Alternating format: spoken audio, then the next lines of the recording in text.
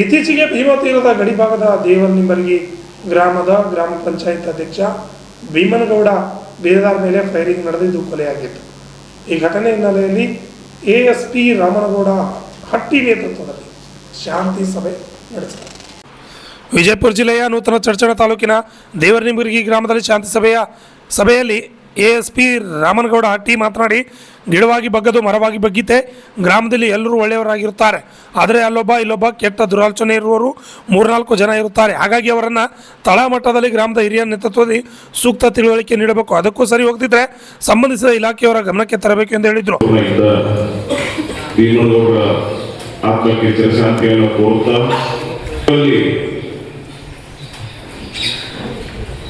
ಒಂದು ಯಾವುದೋ ಒಂದು ಘಟನೆ ಅಥವಾ ಒಂದು ವಿಷಯ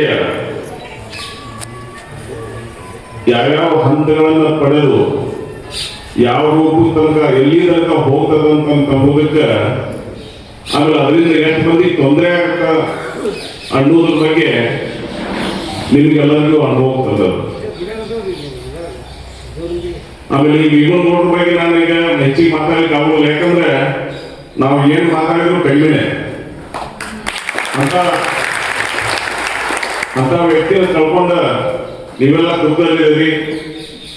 ನಿಮಗೆ ನಾವು ರಕ್ಷಣೆ ನಾವು 100% ರಕ್ಷಣೆಯನ್ನು ನಾವು ಕೊಡ್ತೀವಿ. ನಮ್ಮ ಇಲಾಖೆ ಬದ್ದಾಗ್ಯದ. ಬಟ್ ಇದರಲ್ಲಿ ಒಂದು ನಾನು ನಿಮ್ಮಲ್ಲಿ ಕೋರಿಕೊಳ್ಳೋದು ಏನಂದ್ರೆ, ಒಂದು ಅಪರಾಧ ಆಗ್ಯದ.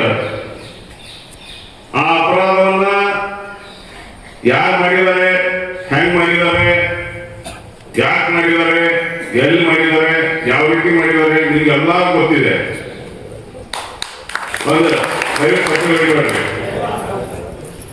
ಅಂತವ್ರಿಗೆ ಶಿಕ್ಷೆ ಆಗ್ಬೇಕಂತಂದ್ರ ನಮ್ಮ ಪೊಲೀಸ್ ಇಲಾಖೆ ಜವಾಬ್ದಾರಿ ಒಂದಾಗಿಲ್ಲ.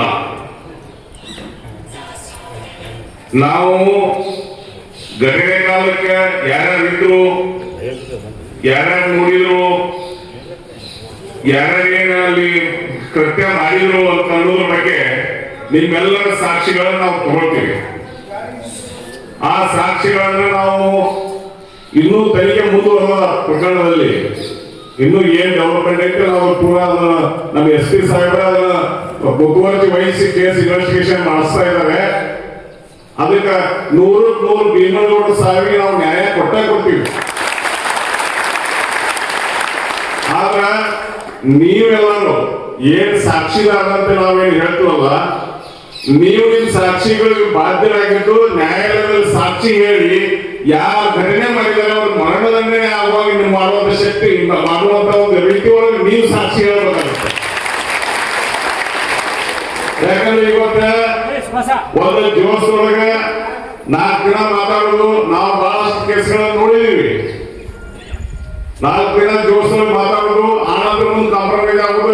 ಬೇರೆ ಈ ಘಟನೆ ಬಗ್ಗೆ ನಾ ಹೇಳ್ತಾ ಇದ್ದೆ, ದಯವಿಟ್ಟು ಒಂದು ಅರ್ಥ ತಪ್ಪುಕೊಳ್ಬೇಡ. ಅದಕ್ಕೆ ನೀವು ಹೆಂಗ ಗುಂಡೊಳದಂಗೆ ನೀವು ಇದನ್ನ ಸಾಕ್ಷಿ ಹೇಳಿದ್ರೆ ಅವ್ರ ಶಿಕ್ಷೆಯನ್ನು ತಪ್ಪಿಸ್ಕೊಳ್ಳಕ್ಕೆ ಯಾರ ಅಪ್ಪನಿಂದ ಸಾಧ್ಯ ಇಲ್ಲ. ಆದ್ರಿಂದ ದಯವಿಟ್ಟು ನಾ ಎಲ್ಲ ಈ ಪ್ರಕರಣದಲ್ಲಿ ಸಾಕ್ಷಿಗಳಂತೆ ಎಲ್ಲರಲ್ಲಿ ವಿನಂತಿ ಮಾಡ್ಕೊಳ್ಳೋದು ಏನಂದ್ರೆ, ನೀವೇನ್ ನೋಡಿದ್ರಿ, ಅಲ್ಲಿ ಏನ್ ನಡೀತಿ ಅನ್ನೋದ್ರ ಬಗ್ಗೆ ದಯವಿಟ್ಟು ಇದ್ದದ ಹಕ್ಕಿಗಂತ ಇದ್ರ ಪ್ರಕಾರ ನೀವು ಕೋರ್ಟ್ನ ನಾವು ಕರ್ನಾಟಕ ಸಾಕ್ಷಿ ಹೇಳ್ರಿ ಅಂತ ಹೇಳಿದ್ರೆ ಭೀಮನಗೌಡ ಆತ್ಮಕ್ಕೆ ನೀವು ಅದೊಂದು ಸಾವಿಗೆ ನ್ಯಾಯ ಕೊಡುವಂತ ಒಂದು ಕಾಣಿಕೆಯಿಂದ ಆಗ್ತದೆ. ನಂತರ ಗ್ರಾಮದ ಮಹಿಳೆಯರು ಮತ್ತು ಇನ್ನಿತರರು ಮಾತನಾಡಿದರು. Laxman Shinde, RJ32 Kannada news, Chadchan.